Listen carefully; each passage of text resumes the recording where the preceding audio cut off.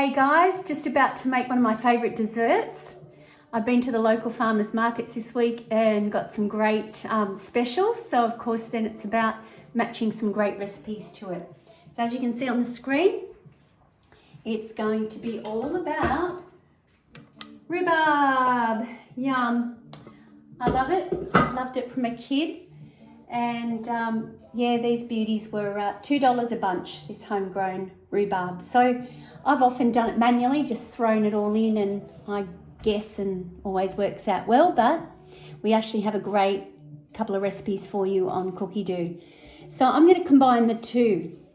They're both using 500 grams of the rhubarb, and I'm going to double batch. So I have made one already ready, and you'll see that as we move along in the recipe. And then of course just finishing off, I like the mixture done on the stewed rhubarb with apple and strawberries, but I like the crumble topping, so we're going to switch over to that recipe. So here we go.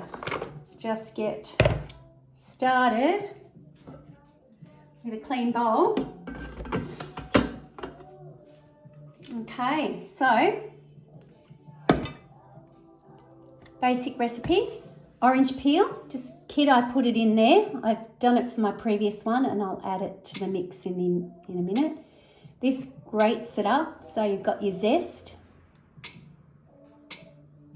Then we've got scrape down sides, orange, sugar. Now I'm going to give you an alternative for that in a minute. 500 grams of rhubarb, there we go. Just cut around the 2-3 centimetres. They're a bit chunky. And it was pretty skinny sort of bunch, so we're just going to be a couple 100 grams light on it, which is where I sometimes will add then some more apple or other fruit that you might want to use up. Look, I've thrown things in like pineapple, pawpaw, pear, all those things that you've got in the fruit bowl that's going off. So make sure you save this recipe for such a time. Might actually just do myself a quick apple, put in there after. So I'll add another 200 grams of apple to that. And then one green apple, which I've already got cut up. So we'd cook it, place the simmering basket, cook for 10 minutes. And then I would add 250 grams of strawberries. Now, this is where you can, again, substitute. I love using berries. So if you've got some organic frozen berries that you want to use up, some raspberries in the freezer, you can throw those in. Also gives a bit more of a sweetness. And then we cook for another 2 minutes. And there you have it, serve it warm. Doesn't get easier than that, right? Go back to my week, which is where I've saved my recipes. We can go to the rhubarb crumble. So just kid, I've cooked that one up. And I can't tip this without getting in trouble. There's my cooked batch with the strawberries floating in there. What I've actually used is a little bit of green leaf stevia instead of sugar. So this is great for those who want to do low carb. It's a natural product and you use very little of it. So that's gone in there to sweeten up. All right, so let's just get cooking. Okay, get the oven heated and a pie dish.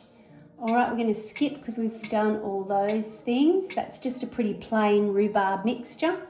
And yeah, I'll sometimes put some vanilla through that as well. Clean and dry.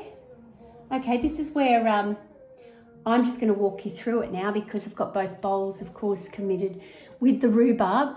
So I've got my rolled oats. Okay, 100 grams of rolled oats.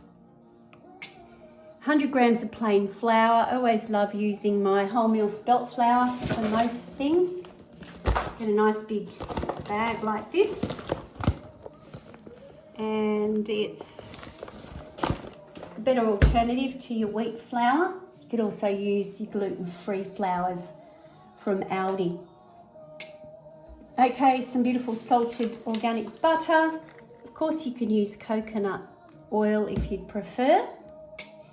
And again, instead of sugar, I'll use a little bit more of my green leaf stevia, which is only around about 1/8 of a teaspoon. If you imagine that this 1 teaspoon of this equals a whole cup of sugar, then you've got to do the sums. Now, that's just mixed to make the crumble topping. And what I love to add to this mixture also is some almonds, just shaved almonds. But out of those at the moment, so I'm just going to add some slithered almonds. Sometimes I put different things in, different nuts, so you can have a bit of a play with that. Everybody's got their favourite crumble topping, right? And then we sprinkle that over the top and we'll bake for 20 minutes. So yummo, this will be just ready in time for dessert. My hubby will be so happy. And you can serve that with cream, custard, or ice cream. So yummo, I hope that inspires you. It is on Cookidoo, but alternatively, I've just chopped up a large amount, of rhubarb and my apple, just squeezed in some orange juice and a bit of sugar and cooked it away for around 15 minutes. So that's the manual mode and the way you can do it if you've got a TM31. So there's a thought. Get some rhubarb tomorrow and cook it up for the weekend.